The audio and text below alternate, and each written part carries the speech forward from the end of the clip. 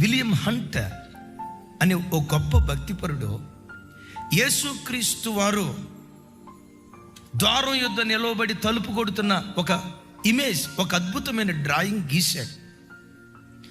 అద్భుతం. యేసుక్రీస్తు వారు చిన్న దీపాన్ని పట్టుకొని ఆ ద్వారబంధం దగ్గరికి వచ్చి తలుపు తడతా ఉన్న ఫోటో చిన్నతనంలో చూసేవాళ్ళం కదా.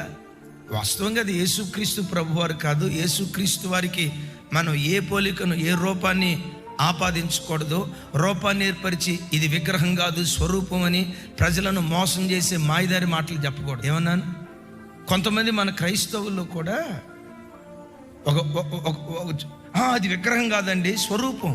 మరి స్వరూపం అంటే ఏంటో, విగ్రహం ఏంటో ఇప్పటి వరకు నాకు తెలియదు. నా ప్రభు అంటారు, ఆకాశము క్రింద భూమికి పైన ఏ రూపాన్ని మీరు చేసుకోకూడదు.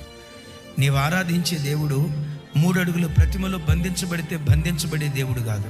7 అడుగుల ప్రతిమలో బంధించబడే దేవుడు కాదు.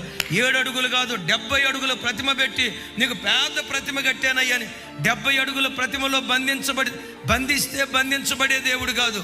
ఈ దేవుడు ఎవరో తెలుసా? భూమి ఆకాశాలు పట్టజాలని మహాదేవుడు. ఆకాశం ఆయన సింహాసనం, భూమి దేవుని పాదపీఠం.